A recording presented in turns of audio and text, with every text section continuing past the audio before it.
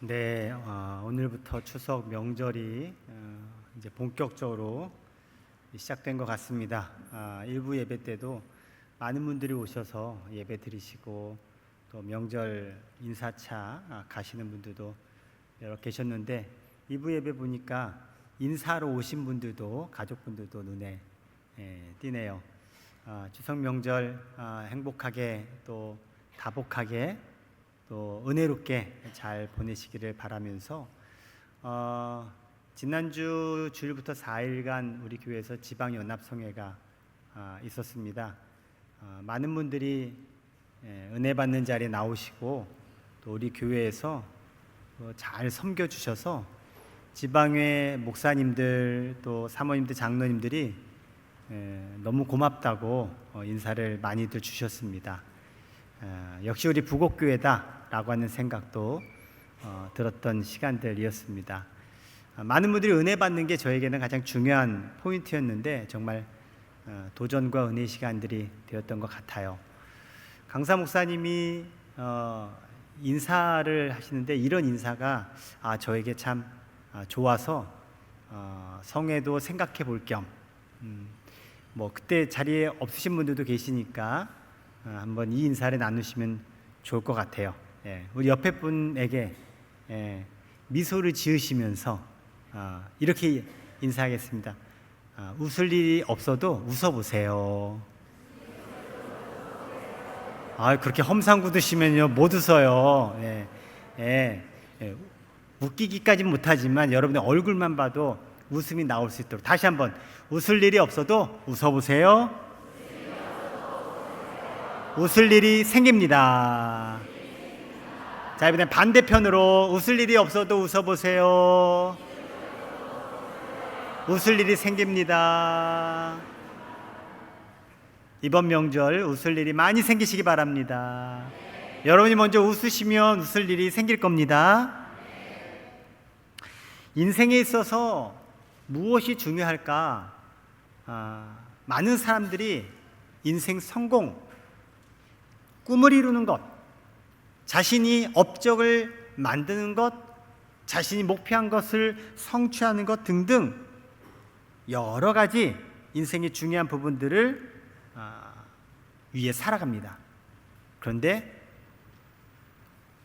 인생에 경륜이 있으신 분, 인생을 잘 아시는 분은 아니야, 인생에 중요한 건 사랑의 관계야 라고 이야기를 합니다. 실제로 집이 부자고 많은 것들을 넉넉하게 가지고 있는 그 가정의 가족들의 관계가 나쁘다면 그 집이 뭐가 되겠습니까? 지옥이 되죠. 하지만 가난하고 좀 생활이 불편해요.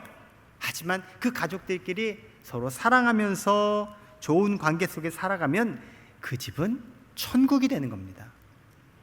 제가 그런 이야기를 들었어요. 부모님들의 재산이 많으면 자녀들이 부모님을 자주 찾아온대요. 제가 그 얘기 들으면서 이런 나쁜 사람들 이런 생각이 들더라고요. 반대로 부모님의 재산이 적으면 잘 안 찾아온다는 거예요. 그래서 그런 얘기해요. 부모님들은 절대 미리 유산을 주면 안 된다. 끝까지 재산을 가지고 있어야 된다. 이런 참 세상의 안타까운 실정을 또 이야기하는 것 같아요. 관계가 어떤 목적을 가진 관계가 된다면 아마 이런 일들도 벌어질 수 있겠죠. 예수님은 오늘 성경 말씀을 통해서 하나님이 어떤 생각을 갖고 계신지 또 어떤 마음을 갖고 계신지 하나님께서 우리에게 주신 십계명의 말씀을 통해서 예수님이 그 뜻을 전해주고 있습니다. 십계명, 이스라엘 백성들이 애굽에서 나와 가나안에 가기까지 광야의 길을 걷는데 그 광야 시내산 밑에서 하나님이 이스라엘 백성들과 언약을 맺으면서 주신 계명이 바로 10가지 계명, 10계명이죠. 이 10계명은 1번부터 10번이니까 10가지예요. 그런데 예수님이 이 10가지 계명을 2가지 말씀으로 요약 정리를 하신 내용이 오늘 성경의 본문의 이야기예요. 자, 그렇다면 그 원문이, 그 원본이 되는 10계명 말씀을 볼게요. 자, 10계명을 2가지로 예수님이 정리했는데 그 첫 번째는 하나님을 사랑하라는 겁니다. 그리고 그 하나님을 향한 사랑의 계명이 1계명부터 4계명까지 나와요. 제가 앞에 1계명 하면 여러분이 그 계명의 말씀을 읽어보시는 거예요. 1계명,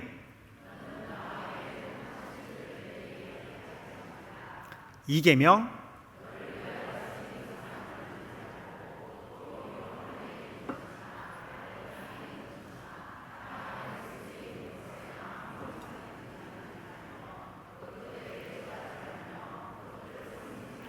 3계명,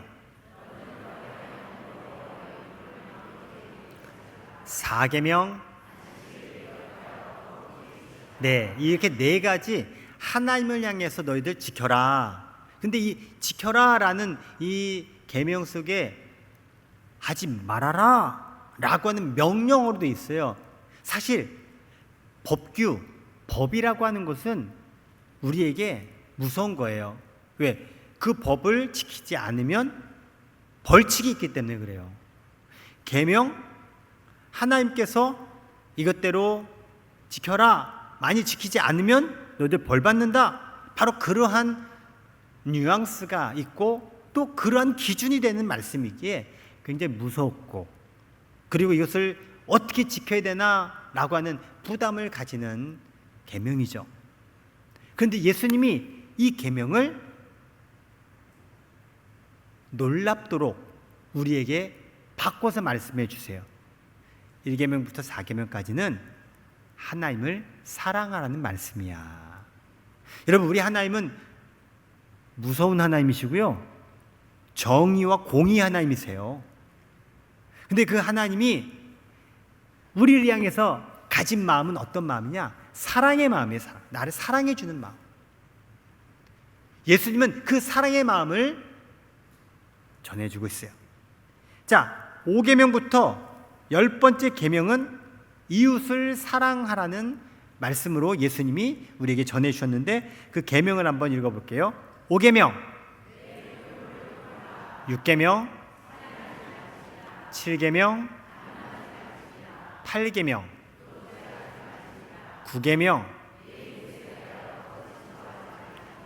10계명. 아멘.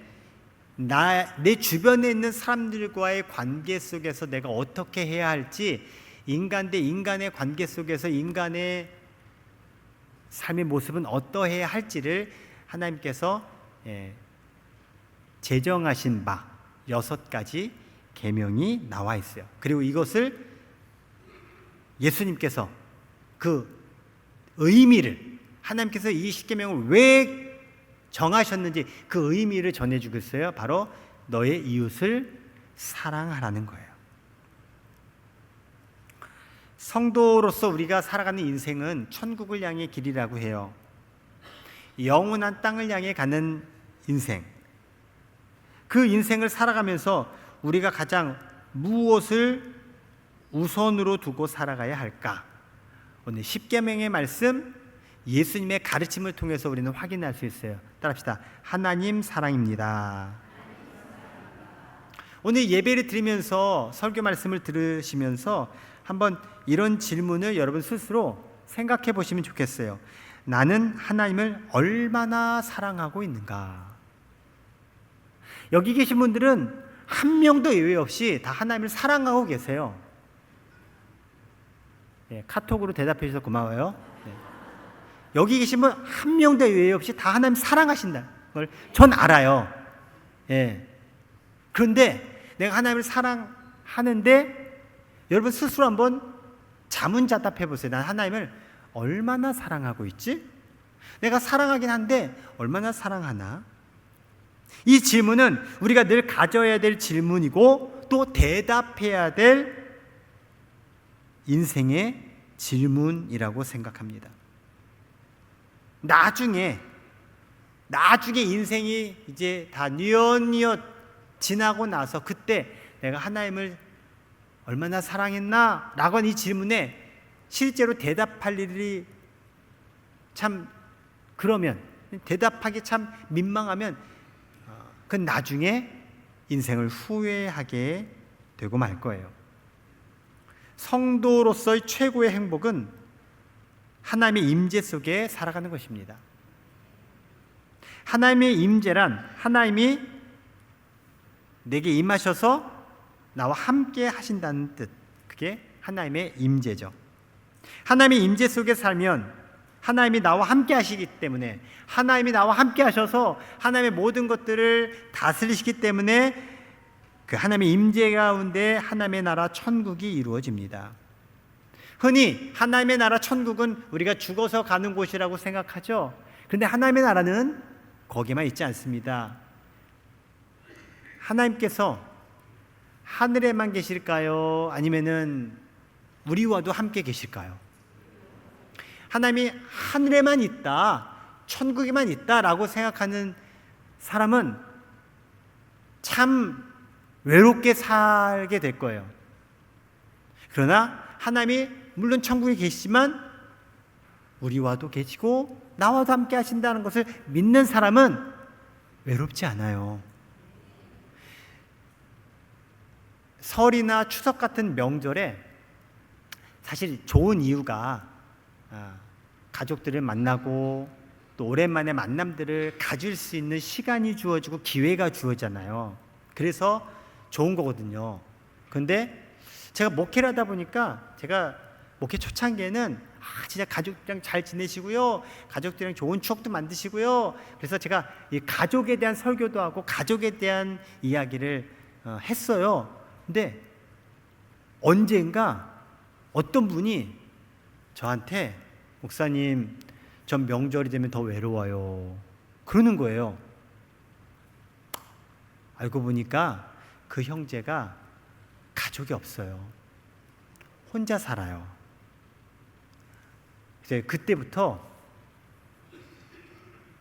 이 명절의 의미를 제가 조금 더 넓게 생각이 되더라고요.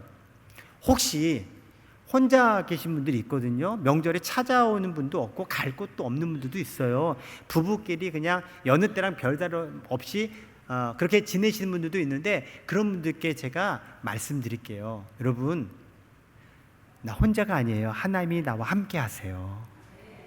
그 하나님께서 오히려 이렇게 명절 같은 때 더 이렇게 허무하고 이게 더 공허하잖아요.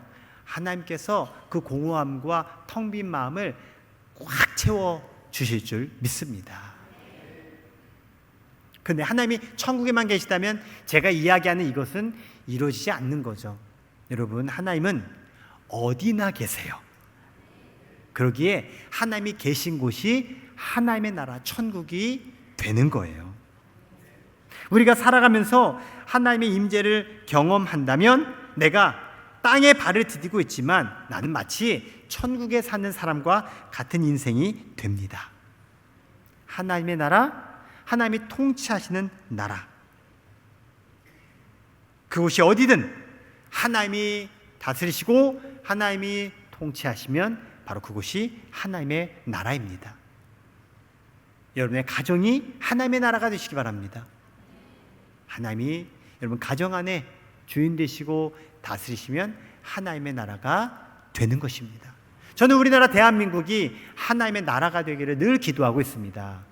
방법은 하나님이 다스리신 나라가 되는 거예요.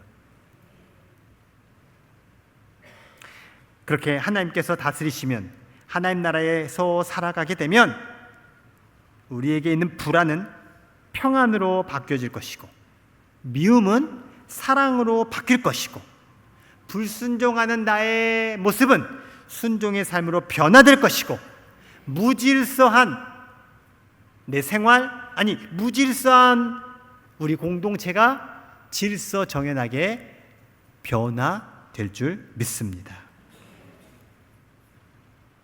하나님의 임재는 하나님께서 내 마음의 주인이 되게 하는 것입니다. 우리는 가끔 내 마음을 세상에 뺏깁니다. 뺏길 수 있는 요인들이 참 많아요. 오락에 내 마음을 뺏길 수도 있고, 내가 추구하는 바에 내 마음을 뺏길 수도 있고, 내 염려 근심에 내 마음을 뺏길 수도 있어요. 여러분의 지금 마음속에 누가 있나를 한번 보세요. 어떤 사람은요, 분노에 사로잡혀 살아갑니다. 미움에 사로잡혀 살아갑니다. 그 말이 뭘까요? 그 사람 마음에 나를 분노케 하는 그 인간이 있는 거예요. 내가 미워하고 싫어하는 그 인간이 내 마음에 있는 거예요. 사실 여러분, 나는 그 인간이 싫어요. 그런데요, 자꾸 그 인간이 생각나요. 그리고 그 인간이 계속 내 안에서 충동질을 시켜요. 계속 화를 돋구고. 그게 내 마음을 그 인간에게 뺏긴 거예요. 그 마음에, 내 마음에 주님이 계실까요? 안 계셔요. 못 있어요. 왜? 계속 안 지나서나 그 인간, 그 사람, 그 상황, 큰 사건이나 사고를 경험하면 트라우마가 생겨요. 그래서 그 사람 마음은 계속 그 트라우마가 지배를 해요. 자꾸 그래서 힘든 거예요.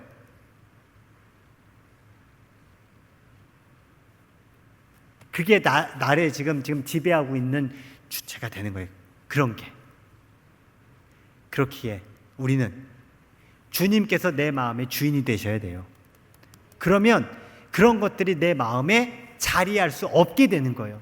혹 그런 것들을 내가 붙들려 살아간다 해도 어떻게든 우리는 이것을 다 내려놓고 주님을 내 안에 계속 모셔드려야 돼요.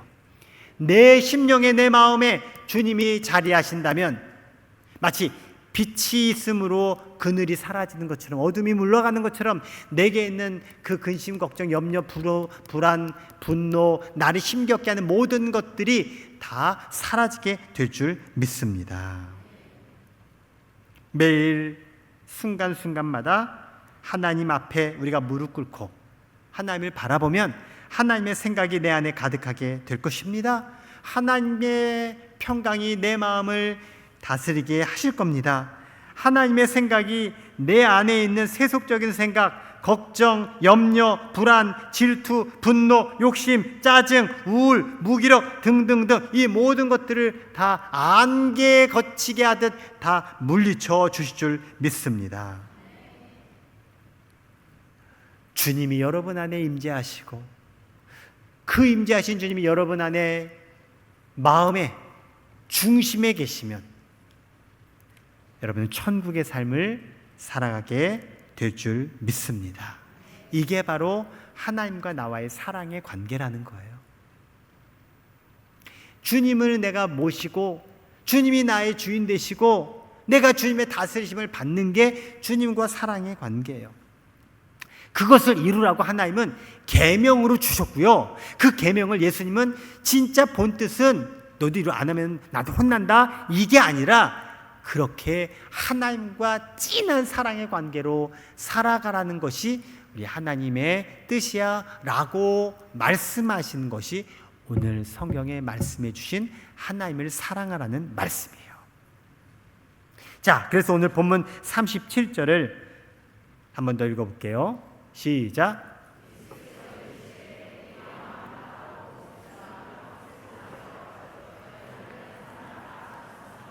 아멘. 여러분의 마음을 다하여, 여러분의 목숨을 다하여, 여러분 뜻을 다하여, 여러분 진심을 다하여 하나님을 사랑하시기를 바랍니다. 그렇게 하나님을 사랑합시다. 하나님을 더 사랑합시다. 하나님께서 지금 우리 가운데 계시고요. 하나님께서 여러분의 모습을 보시고요. 여러분의 목소리를 듣고 계시거든요. 그래서 우리가 하나님 앞에 우리 고백하면 좋겠어요. 저를 따라하겠습니다. 하나님을 사랑하겠습니다. 하나님을 더 사랑하겠습니다. 아멘. 자, 이렇게 하나님을 사랑하는 사람은 자연스럽게 자동적으로 사람도 사랑하게 되어 있어요. 왜냐하면 하나님이 사랑이시기 때문에 그래요. 요한 1서에 보면 이 하나님이 사랑이심을 말씀해 주고 있어요. 4장 7절, 8절, 11절, 20절 말씀을 우리 같이 읽어봅시다. 시작. 사랑하는 자들아, 우리가 서로 사랑하자.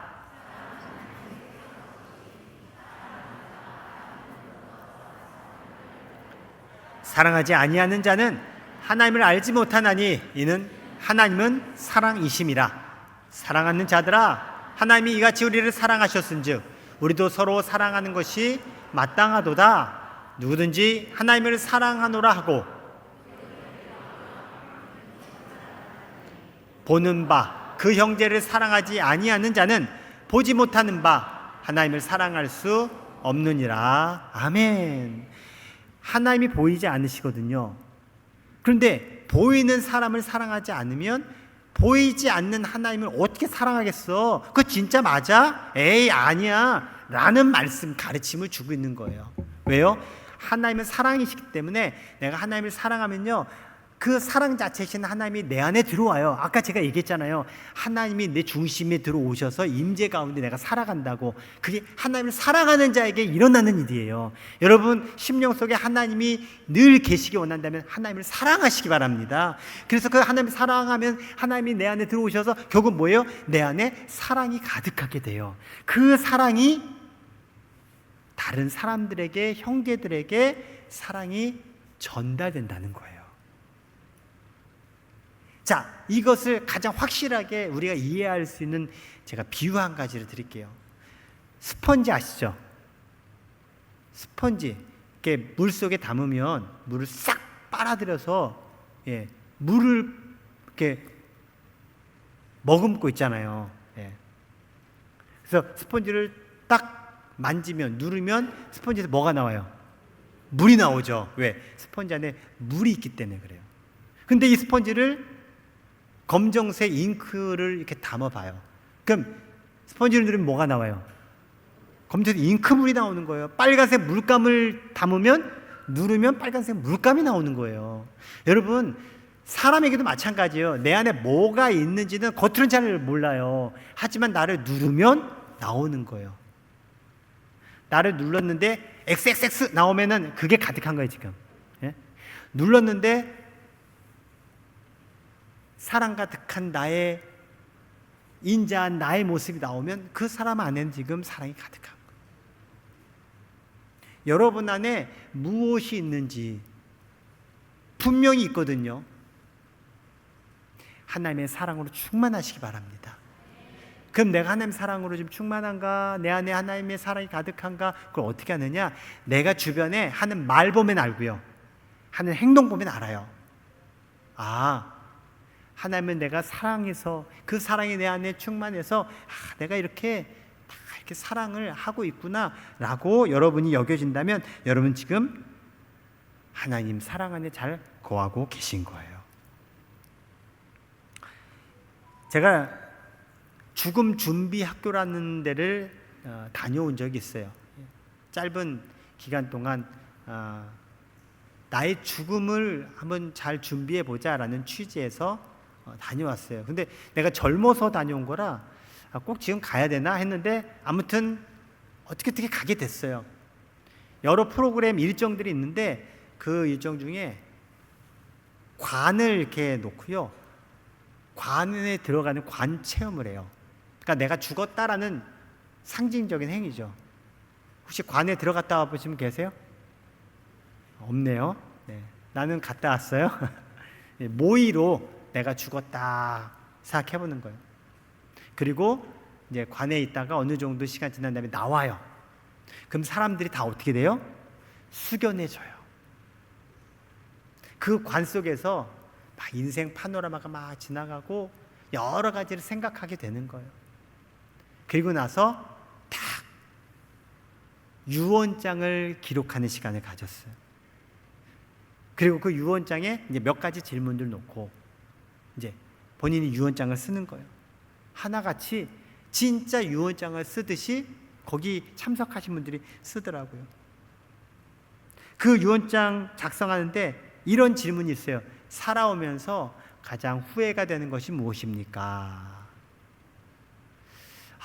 내가 이런 사람이 되고 싶었는데, 내가 이런 성공을 하고 싶었는데, 그때 내가 저 사람을 만났어야 내 인생이 펴는 거였는데, 뭐 등등등, 뭐 후회할 만한 것들이 인생 속에 있잖아요. 그래서 각자 후회될 것을 써요. 나중에 이제 유언장 발표를 하거든요. 놀라운 일이 생겼어요. 몇 명 있는지 지금 기억은 없지만, 당신에게 후회되는 게 뭡니까? 가장 후회되는 거, 거기에 답변 쓰는데 이 사람들이 다 똑같은 대답을 쓴 거예요. 뭐였냐면, 내가 살아오면서 가족들에게, 주변 사람들에게 사랑을 많이 내가 행동하지 못한 게 후회됩니다. 다 그걸 쓴 거예요. 뭘까요? 선생님이 가르쳐줘서가 아니에요. 결국은 남는 게 뭐냐? 내가 얼마나 사랑을 주면서 그 사랑의 인생을 살아왔는지가 중요하다는 걸 사람들이 경험적으로도 알게 되고 본능적으로도 깨닫게 된다는 거예요. 인도의 테레사 수녀가 있죠. 그분이 노벨 평화상을 수상해서 기자가 물었대요. 수녀님, 어떻게 하면 세계의 평화가 오겠습니까? 노벨 평화상을 받은 분이니까 세계 평화에 이바지한 거고 그 평화에 모든 인생을 다 바쳐서 살아온 거니까 딱 맞는 질문이 진짜 어떻게 하면 세상이 평화로워질까요? 그거예요. 이에 테레사 수녀님이 이렇게 대답했어요. 그 대답은 아주 간단했습니다.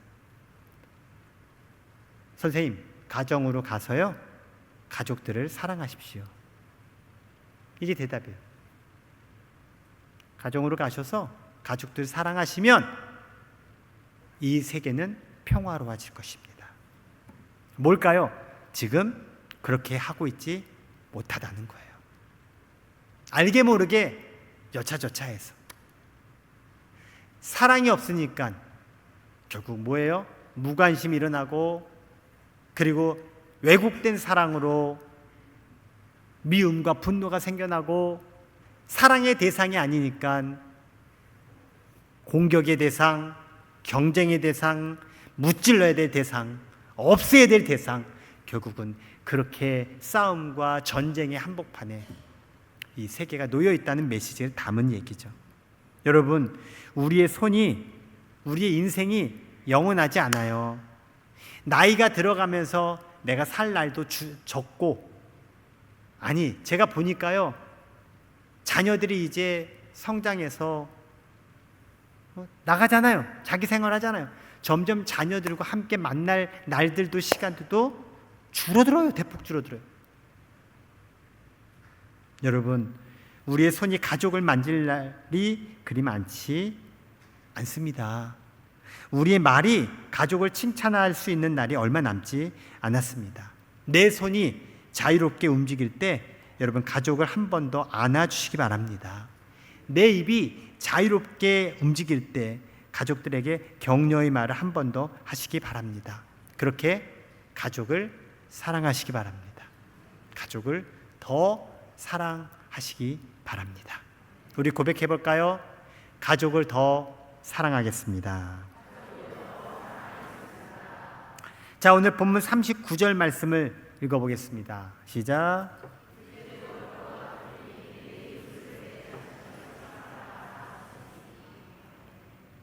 자, 이제 두 번째 예수님의 가르침이에요. 첫 번째는 내 마음을 다하고 힘을 다하고 뜻을 다하여 누굴 사랑하라? 하나님을 사랑하라. 그리고 이어서 내 이웃을 내 자신같이 사랑하라. 근데 이 말씀의 앞부분에 보면 둘째도 뭐와 같으니? 그가 뭘까요?